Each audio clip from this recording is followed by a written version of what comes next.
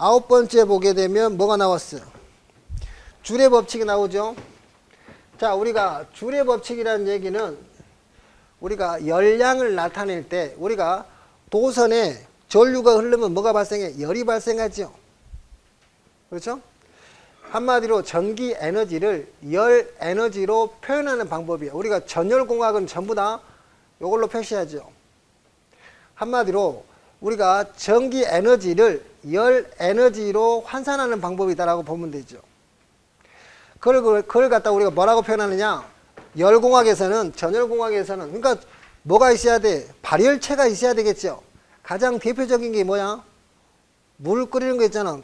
커피포터라든가 다리미라든가 이런 것들이 있죠. 에너지를 쓰게 되면 열이 발생해서 사용하는 것들, 그걸 다 전열기라 그러죠. 전열기 밑에는 반드시 발열체가 있죠. 저항이 커야 돼, 작아야 돼? 빠에 커야 되지요. 그래야 열이 많이 발생한 거냐. 그러니까 다리미 같은 경우는 소비 전력이 막 옛날 거는 1kg 되잖아. 우리 전기 3kg 받는데 1kg 써버리면 다른 거 동시에 써버리면 불 꺼지고 그랬잖아. 그만큼 전기요금이 많이 나간다는 얘기잖아. 그러니까 그거는 발열체라는 얘기는 열을 많이 발생하려면 고유저항이 커야 돼. 저항이 큰 걸 써야지 열이 많이 발생할 거지. 당연히 소비 전력이 크겠지요. 왜 안 그래? 이런 거야. 자, 그러면 그래서 전기 에너지를 열 에너지로 바꿀 때 사용하는 단위가 우리가 칼로리라는 단위를 씁니다. 칼로리를 써요. 칼로리. 칼로리란 얘기는 물 1g을 온도 1도씨 높일 때 필요한 전기 에너지를 1칼로리라 그래.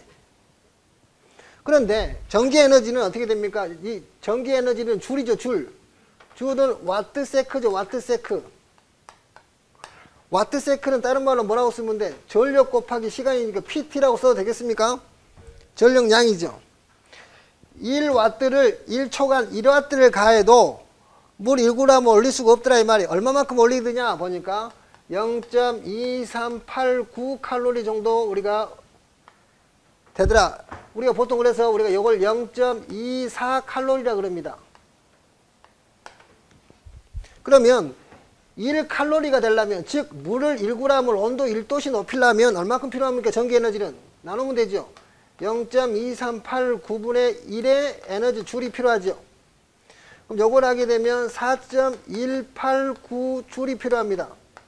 요거 그래서 보통 우리가 뭐라고 표현해? 4.2줄 이렇게 배웠잖아, 학교 다닐 때.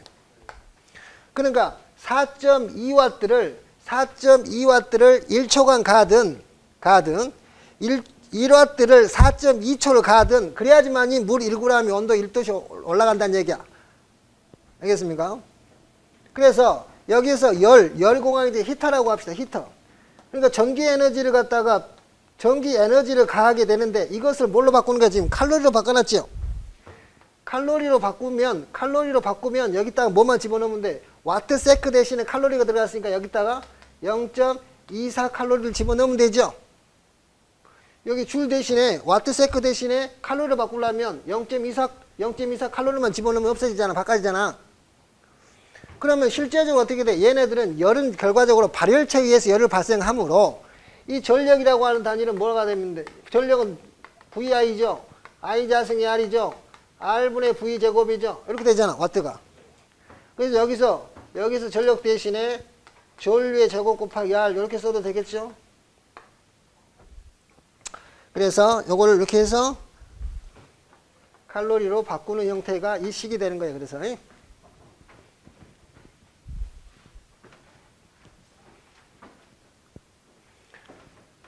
그래서 이런 내용, 전기 에너지를 열 에너지로 바꿀 때 사용하는 하나의, 이게 줄의 법칙이죠. 줄의 법칙. 요거를 갖다가 이제, 조금 더 하면 1kWh를 갖다가 준다. 즉, 1시간 동안에 1kg를 가게 되면 860kcal의 열 에너지를 갖다가 발산하잖아요. 그때 옛날 이론 시간 다 했으니까 그 책 봐라 이 말이야. 내 얘기는 전열공학 바꿔갖고 하는 방법까지 같이 보라 이 말이에요. 요거는 이제 전체적으로 통으로서 이제 이렇게 이제 전기 에너지를 열 에너지로 바꾸는 문제를 얘기했다면 나머지는 이제 그때 이론 했을 때 책을 보고가면서 왔다 갔다 같이 봐라 이 말이죠. 그래서 이런 문제가 있었다 이 말이죠. 줄의 법칙 잘 생각하면 될 것이고. 그 다음에 10번 문제를 보니까 자 교류전류에서 크기 및 방향이 주기적으로 변한다. 이걸 뭐라 그래? 교류단 얘기죠. 한 주기 동안의 평균값이죠. 우리가 정형파 이게 정형파 교류다 그러죠. 정형파 교류. 우리 정형파 교류에서 우리가 그때 이론서에 설명할 때 뭐라 했어요? 정형파 교류에 요걸 배웠죠. 우리가 정형파 교류를 갖다가 요렇게 했을 때 이 파를 갖다가 요 크기만 따졌을 때 보면 어차피 마이너스는 똑같잖아요. 방향만 반대니까. 요때 값을 최대값이라고 했을 때 요때 최대값을 했을 때 요 최대값의 70.7%가 실효값이라고 그랬죠. 실효값이 정리 집어넣으니까 요거 값의 63.7%가 평균값이라고 얘기 안 했습니까? 그래서 요거 두 개를 나눈 값을 우리가 파고율이라고 그랬고 요거 두 개를 나눈 값을 파형률이라고 안 했습니까? 그래서 실효값이 정리, 평균값이 정리도 알아둬야 된다고 얘기 안 했습니까? 그죠? 이게 됩니다. 그러면 여기에서 정형파 교류에서 실효값, 평균값, 최대값의 관계를 갖다가 한식으로 내가 묶어준 게 있었지? 한식으로 전류로 따지면 내가 이런다 했잖아요. 자, 실효값 전류는 실효값은 최대값의 루트 2분의 1배다 그랬죠. 요거는 아무것도 안 써졌으면 이펙티브 그래서 실효값, M은 맥시멈 그래서 최대값, 요거를 평균값으로 따지면 섞어서 하나 섞어냈겠면 내가 뭐라 했어요? 2 루트 2분의 파이의 에버러지 그랬죠. 그래서 실효값, 최대값, 평균값을 하나의 식으로 원식으로 외우라라고 얘기했을 것 같은데. 그래서 실효값은 최대값이 루트 2분의 1배, 평균값은 요걸 기준했을 때 평균값은 요것을 2루트 2분의 파이배 이렇게 했어. 그러면 요 문제에서는 지금 뭐라 그랬어요? 한 주기 동안의 평균값을 물어봤, 요 에버러지 물어봤잖아. 에버러지 물어봤는데 보기가 지금 뭐가 돼 있어? 보기가 최대값이 돼 있죠. 그럼 요런 문제는 어떻게 돼? 평균값하고 최대값을 갖다 이용해서 하나의 식으로 만들어라는 소리죠. 그렇게 하라 그랬잖아. 한꺼번에 이렇게 따로따로 요거 두 개 하면 어렵다고. 한 식으로 왜 하라 그랬어? 요걸 하게 되면 어떻게 돼? 에버러지는 루트 2분의 1의 최대값에서 요게 넘어가면 반대로 넘어가니까 어떻게 돼? 파이분의 2 루트 2 값이 되겠죠. 그러면 요거 없어지니까 결과적으로 뭐가 돼? 파이분의 2의 최대값 이렇게 되잖아. 그러니까 우리가 실효값, 최대값 따로, 그 다음에 실효값, 여기 평균값 따로 이렇게 했었잖아. 그때 설명할 때는. 근데 그렇게 하면 섞여버리면 문제가 안 되니까 그거 세 개를 한꺼번에 묶어놓은 게 이 식이라 그랬잖아. 그래서 정형파 교류에서는 이게 중요하다 그랬잖아. 문제 이렇게 나오면 여기 생각이 나야지 푼다고. 물어보는 거 두 개. 만약 요거 이렇게 두 개 물어봐도 바로 구할 수 있어야 된다고. 얘는 보기가 최대값이 있고 물어보는 게 평균값이 있고 요거 두 개 놓고 있고 그랬고 정리를 해야 되잖아. 그런 문제가 되겠습니다. 그 다음에 11번 문제. 자, 우리가 요걸 해석하기 위해서 뭘 했어요? 실효값이 정리, 평균값이 정리를 했죠. 그러면 실효값이 정리라는 얘기는 우리가 뭐라고 했어요? 실효값이 정리라고 하는 것은 교류가 하는 일을 갖다가 직류가 하는 일로 변환해서 우리가 정리를 했다 이런 얘기 안 했습니까? 직류가 하는 일을 교류가 하는 일로 변환해서 했다 이렇게 보시면 되죠. 그래서 정리하는 식이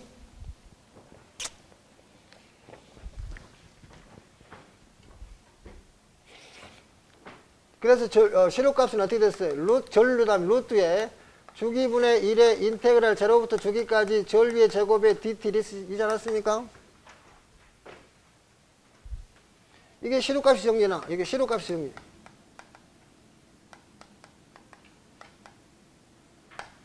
평균값이 정리는 어떻게 돼? 평균값이 에버러지는 평균값은 어떻게 됩니까? 주기분의 1의 인테그랄 제로부터 주기까지 전류의 dt 이렇게 되죠. 이게 평균값이 정리고 실효값이 정리.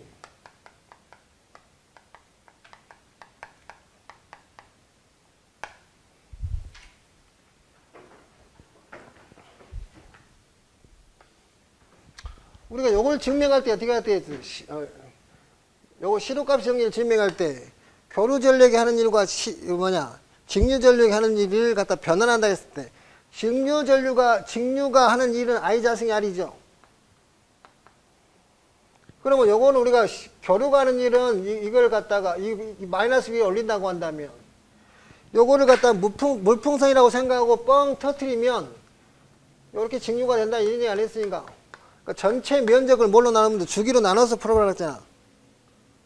그러지 않았는가? 그래서 전압파형하고 전류파형을 더했죠.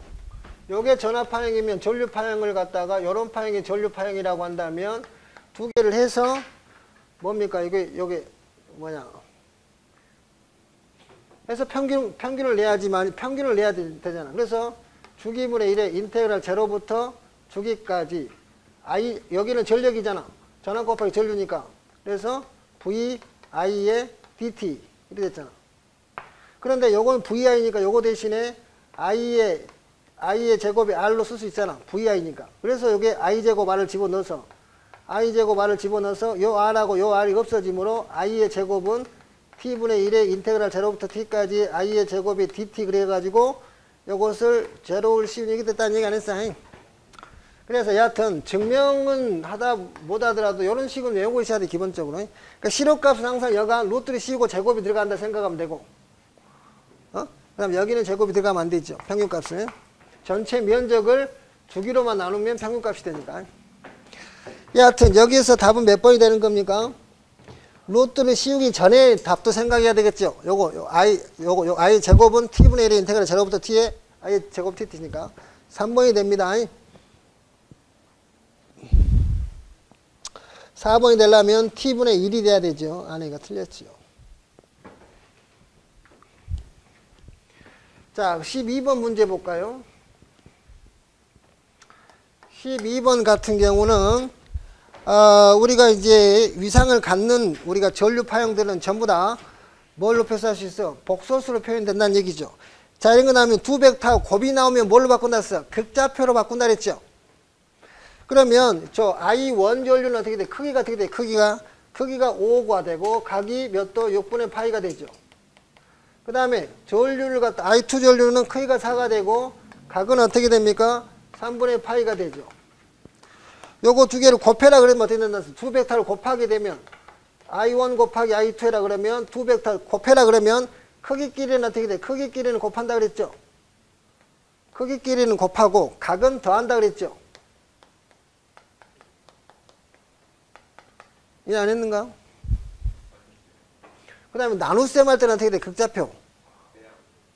요거는 나눗셈이면 요거 두 개 나누고 요거 두 개는 위에 자리 걸 빼고 그러면 이게 뭐가 나와? 20에 각이 90도가 나오죠. 30도 60도니까. 그럼 요걸 다시 합해놓은 걸 표현해봐라 그러면 어떻게 돼? 20에 코사인의 90에 플러스에 J사인의 90 하면 되죠. 얘는 0이잖아. 얘는 1이잖아. 그러면 뭐가 답이야? J에 이렇게 답을 찾는 거죠. 그러니까 서로 다른 위상을 갖는 크기와 위상을 갖는 놈을 곱해라. 그러니까 요 곱하라는 얘기는 한마디로 오묘 법칙 아닌가 나중에 보면 따지고 보면 나눗셈도 오묘 법칙이죠. 이런 걸 할 때 이제 새로운 것으로 바뀐다 이런데 합쳐가지고 다시 삼각함수법으로 바꾸면 복소수가 표현된다 이런 얘기를 했을 거야. 13번 13번을 갖다가 넣어놓은 이유는 집에 가서 확실하게 해란 얘기죠. 우리가 그때 얘기했어요. 파형률과 파고율 아까 뭔지 알았죠? 파고율 같은 경우는 아까 지금 이렇게 했을 때 최대값, 실업값, 평균값이면 요거 실업값을 평균값 나눈 값, 평균값이 실업값 나누는 값을 파형률 그랬으니까 우리가 내가 2장이 할 때 여러 가지 파형에 대해서 파고율, 파형률 값 내가 정리해 줬잖아요.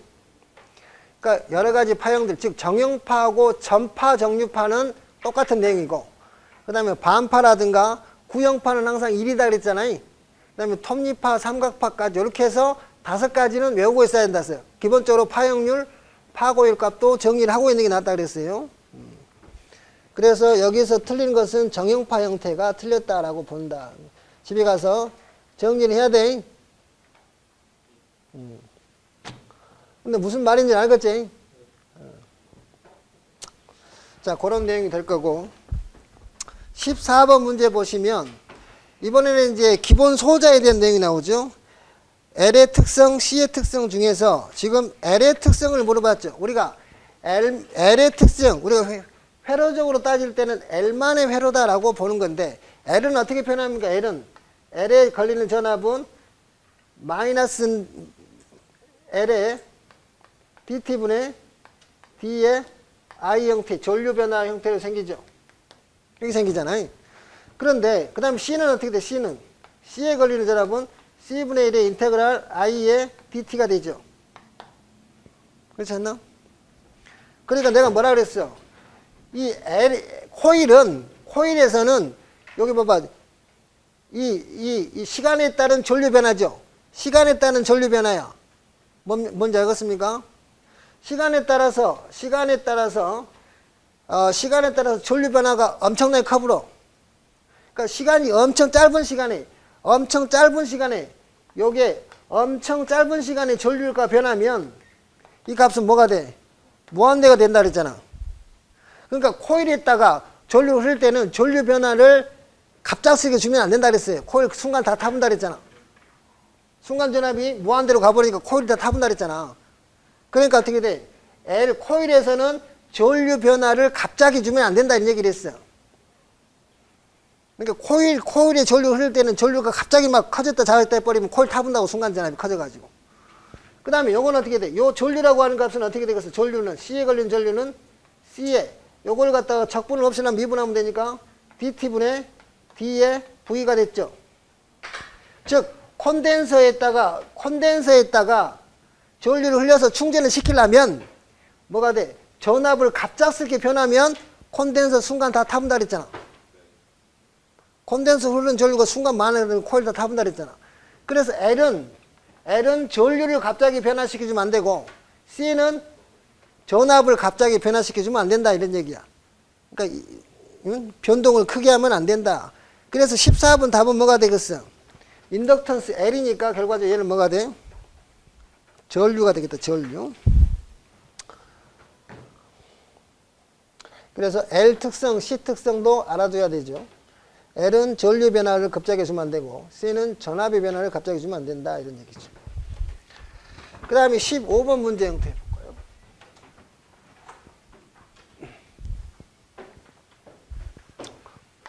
자, 15번 보면 소자 찾는 문제죠.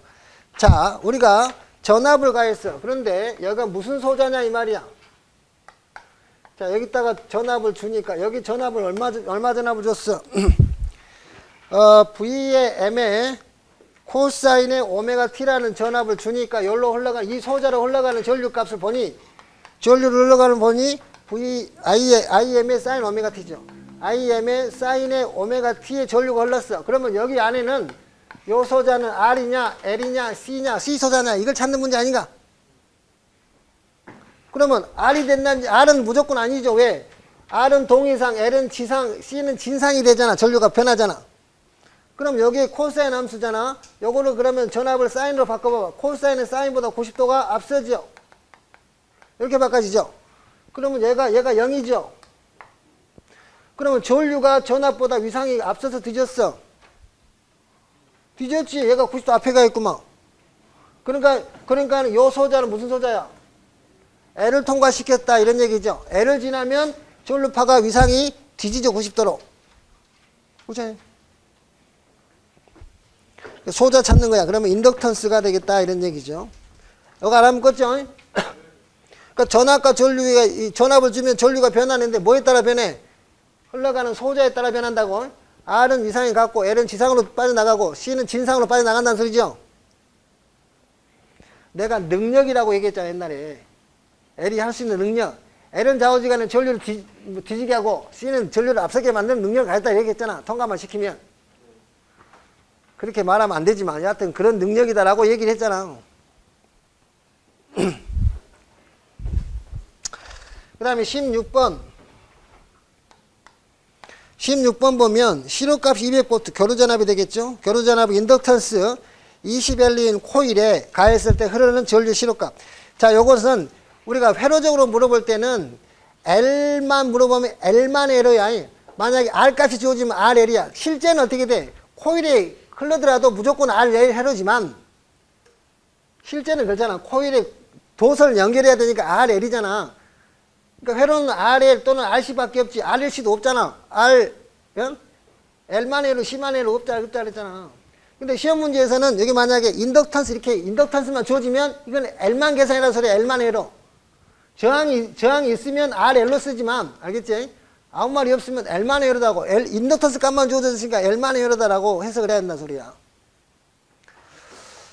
그러면 여기 교류전압을 갖다 코일에다 가했다는 소리죠. 그랬을 때 전류 값은 어떻게 되느냐? 전류 값은 L에 흐르는 전류는 뭐 하면 돼? X, L분의 V로 가면 된다 이런 얘기 아닌가? 오메 법칙밖에 돼 있어? 크기만 따지면 여기는 오메가 L분의 V로 가면 되죠. 그러면 여기는 어떻게 돼? 2파이 곱하기 50 곱하기 L이 얼마야? 20. 전압이 200V다 이런 얘기죠. 그러면 요거 없어지니까 요게 10. 그럼 요게 없어지죠. 그러면 10파이분의 1이 되겠네.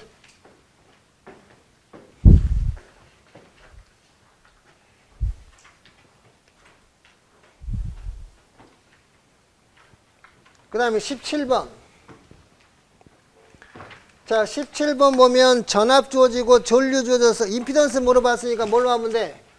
오메 법칙으로 하면 되죠. 전류분의 전압이 되니까 전류 값이 얼마가 됩니까? 5의 위상이 30도가 되고 전류는 크기가 전압은 크기가 10이고 위상이 60도가 되겠죠.